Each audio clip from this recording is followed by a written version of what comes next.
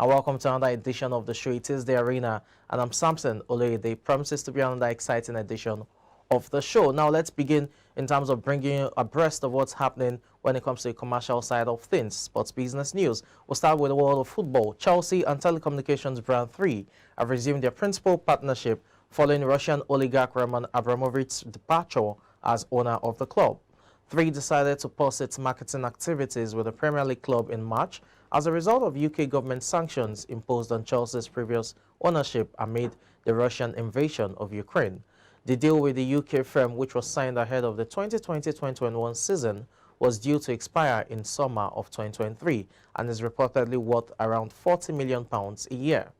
With US businessman Todd Boehly's consortium now having acquired Chelsea in a £4.5 billion deal, the Stamford Bridge-based club has confirmed 3 is resuming its marketing activities with immediate effect. 3's decision means the club now have their 3 most high-profile partnerships in place. A new sleeve sponsorship with cryptocurrency firm Amber Group for its digital asset platform Wellfin, reportedly worth £20 million annually, was recently confirmed, and the training kit deal with travel brand Trivago is about to enter its 2nd season. Still talking sports business at this time, Spanish football giants Barcelona have approved the sale of a minority stake in their licensing and merchandising division, as well as ceding up to 25% of income from their La Liga TV rights.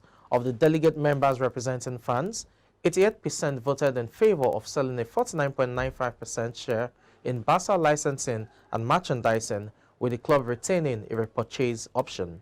7% of accredited members supported the move to cede up to 25% of La Liga TV rights income to one or more investors and or obtain financing based on the rights. Barcelona said they expect to earn around £600 million, or rather euros, 600 million euros, I beg your pardon, from the deals, which will help to shore up the club's finances, ensuring it can finish the financial year without losses, as well as increase their spending limits. Barca's limit spiraled to 1.35 billion euros last year, and they are also pushing ahead with the redevelopment of their Camp Nou stadium, which is projected to cost in the region of 1.5 billion euros.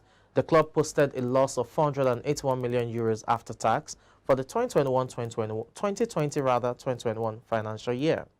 In the world of football as well, Portuguese football giants Porto have agreed a 4-year main shirt sponsorship deal with Kazin Gaming sports betting brand Betano.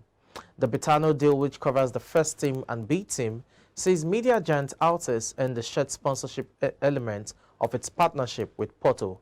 That broad 457.5 million euros 10-year partnership signed in 2015 also includes broadcast rights to Porto's home league games. Porto president Jorge Nuno Pinto da Costa confirmed Altis's MEOP TV brand would remain a partner without indicating what the implications are regarding fees. For Betano, the new deal sees the company step up from being Porto's official betting sponsor during the 2021-2022 season, while the pair's initial partnership also included front-of-shirt sponsorship of the club's handball team. And finally, wrapping up sports business news at this time, Major League Baseball has approved David Blitzer's purchase of a 25% stake in the Cleveland Guardians with the option of becoming majority owner in 6 years. In February, Forbes reported that Blitz's deal for a 35% share in the franchise would value the Guardians at $1 billion. The Guardians have been seeking a minority owner since 2019 when John Sherman left to purchase the Kansas City Royals. The confirmed minority stake acquisition now means Blitzer has holdings in franchises in each of U.S. major sports leagues.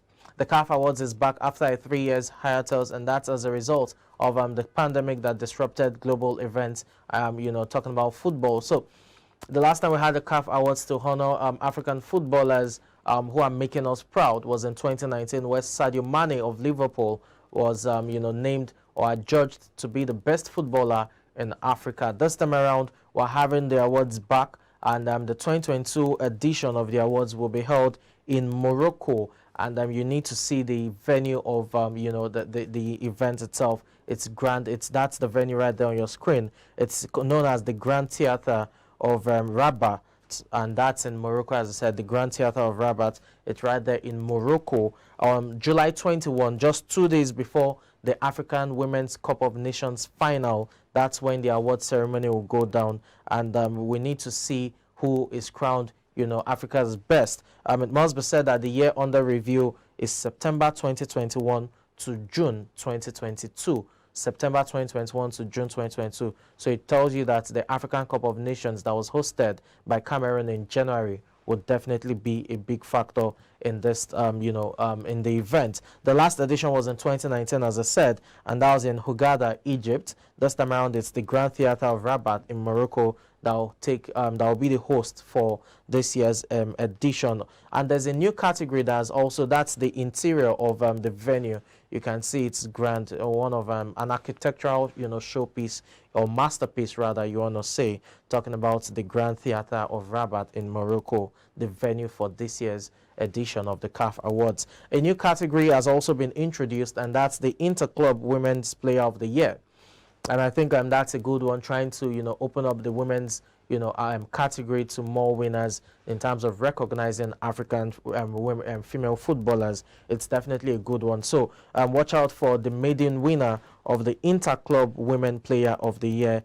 That should be also a very good one right there. We're all looking forward to it. Remember, the awards night is on the 21st of July, which is roughly about a month and a day from now. And it's coming just 2 days before the final of the African Women's Cup of Nations, which will most likely, which won't be a decisive factor, considering the year under review is September 2021 to June 2022, while the African Women's Cup of Nations will take place in July. A FIFA study has revealed that over 55% of players at the just concluded African Cup of Nations as well as Euro 2020 were cyber bullied or were abused online.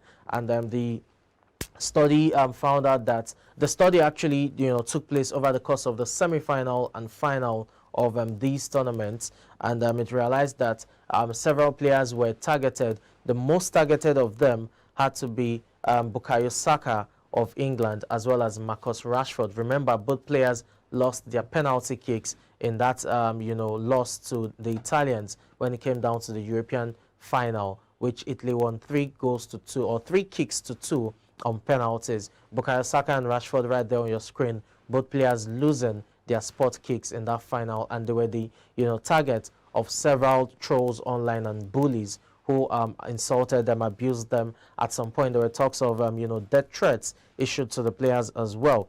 Most of the abuses were also homophobic. That's what the study has found out, and racist. And the players, surprisingly, were the abuses, rather, the majority of the abuses came from the home nations. In other words, it is the nations that these players are representing that were actually, the most vocal in that sense, in terms of targeting one of theirs, in terms of abusing these players.